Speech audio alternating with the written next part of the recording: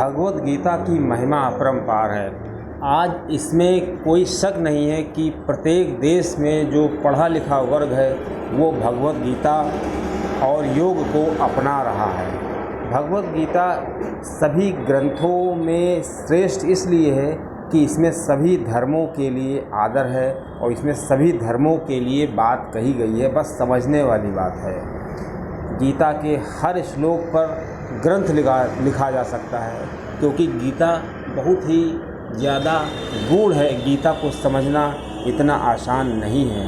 दोस्तों, एक चीज़ मैं आपको बता दूं कि भगवत गीता और श्रीमद् भागवत, इसमें क्या अंतर है। जो भगवत गीता है उसका मतलब है भगवान के द्वारा कहे गए वचन, भगवत गीता। और श्रीमद् भागवत का मतलब है कि जो श्री कृष्ण जी के बारे में जो बातें हैं, श्री कृष्ण जी ने जो लीलाएं की हैं उनके बारे में जानना, दोनों में यही अंतर है। दोस्तों, ऐसी रोचक जानकारी के लिए आप मेरा चैनल सब्सक्राइब करिए और मेजर टिप्स सिग्नम चैनल में आपका स्वागत है।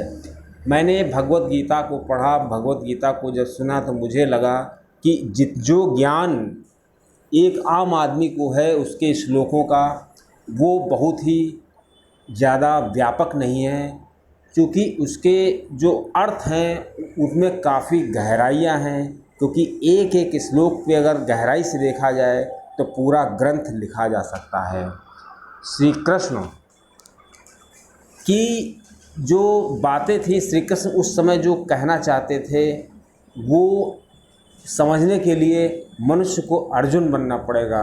क्योंकि जब भगवत गीता मनुष्य को तभी समझ में आएगी जब उसके अंदर श्री अर्जुन जैसा जिज्ञासा हो सीखने के लिए। दोस्तों, श्री भगवत गीता इतनी व्यापक है कि उसके 700 श्लोकों में पूरी दुनिया का जो के ग्रंथ समाये हुए हैं, सभी विषय समाये हुए हैं। दोस्तों, श्री भगवत गीता हमको सिखाती है कि मानव जीवन को उत्तम कैसे बनाया सकता है, कैसे हम उत्तम जीवन शैली भगवत गीता को अपना करके हम एक सुखी जीवन जी सकते हैं। दोस्तों, श्री भगवत गीता एकमात्र शास्त्र ही नहीं है, बल्कि इसमें विज्ञान की सभी शाखाओं की जानकारी मिलती है। इसमें जीव विज्ञान के विकास का क्रम, और इसमें मनोविज्ञान, राजनीति और इसमें जीवन प्रबंध की जानकारी मिलती है। जो आज हमको जीवन प्रबंध में पढ़ाया जाता है उसकी मूल चीज़ें आपको गीता में मिल जाएंगी। इसमें राष्ट्र निर्माण, आत्मनिर्माण, अर्थशास्त्र और संस्कार के साथ साथ अंतरिक्ष विज्ञान और सेवा भाव की जानकारी मिलती है। दोस्तों, बस इसको पढ़ करके हम इसका क्या अर्थ निकालते हैं ये हमारे ऊपर डिपेंड करता है। लगभग 5000 वर्षों के पूर्व कुरुक्षेत्र के मैदान में 700 श्लोकों में ये लिखी गई थी। ये श्री कृष्ण जी के मुख से निकली थी। इसमें 574 श्लोक श्री कृष्ण जी ने बताए थे और 85 श्लोक अर्जुन जी के द्वारा कहे गए हैं, 40 श्लोक संजय के द्वारा और 1 श्लोक मात्र धृतराष्ट्र के द्वारा कहा गया है। दोस्तों, इसमें जैसे कुछ दोहे ऐसे हैं जो हमको काफ़ी विचलित कर देते हैं। मैंने अपना जो दिमाग लगाया, जैसे एक दोहा है, नैनम छिद्यंत शस्त्राणि नैनम दहत पाव का। ये जो श्लोक है इसमें बताया गया है कि कोई भी जो आत्मा होती है बहुत अमर है, उसको कोई भी शस्त्र जो है वो छेद नहीं सकता है, और आत्मा को कोई भी पानी भिगो नहीं सकता है, और आत्मा को किसी भी तरीके से मारा नहीं जा सकता है। इसमें आत्मा को जो डिस्क्रिप्शन दिया गया है वो काफ़ी वैज्ञानिक है।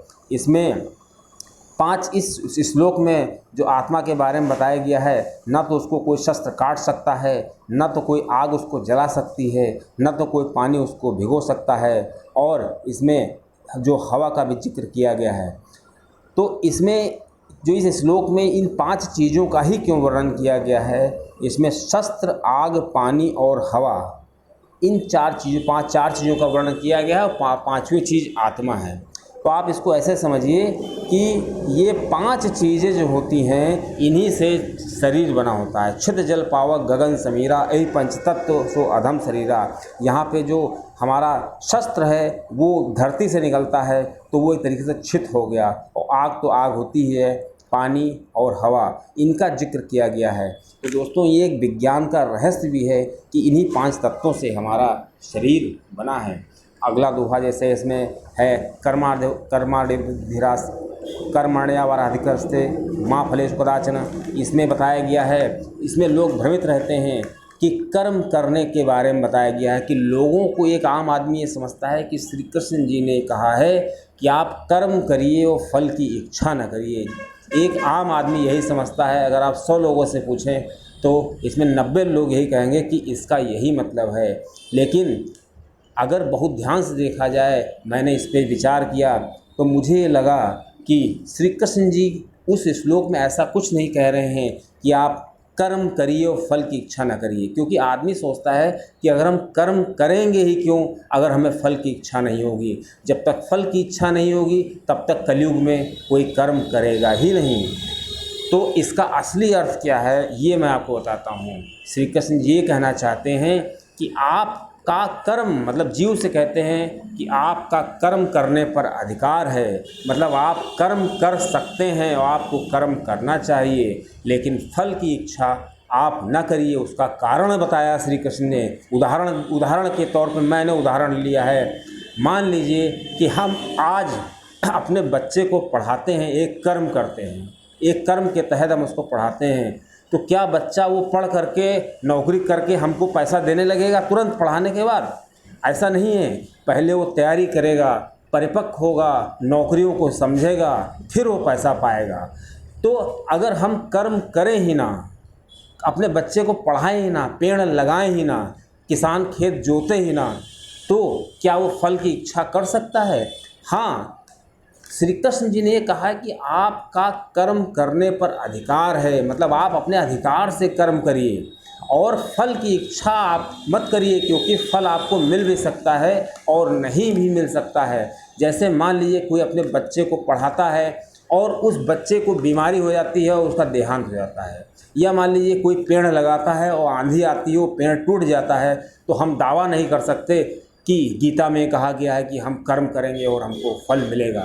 इसलिए श्री कृष्ण जी का मतलब ये है कि आप कर्म को अधिकार से करिए और हमेशा कर्म करते रहिए, क्योंकि श्री कृष्ण जी का एक और भी कहना है गुप्त रूप से कि अगर मनुष्य कर्म करेगा और उसके अंदर किसी इच्छा की आसक्ति होगी कि हमको ये मिल जाए तो हम कर्म करेंगे, तो अगर ऐसा होगा तो मनुष्य पूर्ण रूप से कर्म कर ही नहीं पाएगा, क्योंकि या तो वो कर्म करेगा नहीं पूरा, या वो कर्म करने की शुरुआत ही नहीं कर पाएगा, क्योंकि वो पहले ही सोच लेगा कि हम ये नहीं कर पाएंगे, इसमें ये कमियां हैं।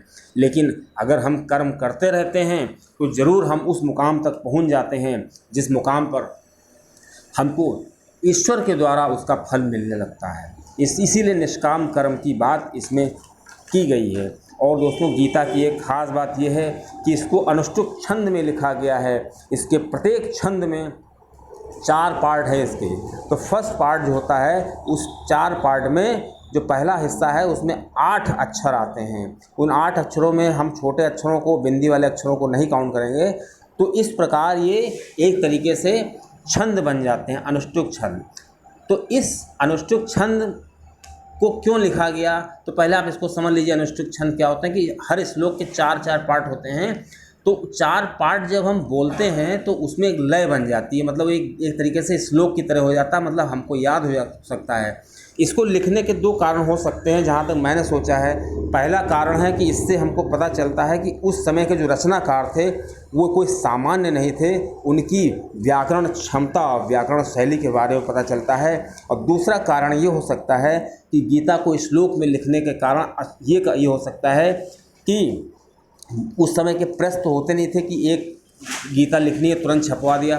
तो चूँकि लिखने की प्रॉब्लम थी तो लोग लिखने के बजाय चीज़ों को याद रखते थे। तो ये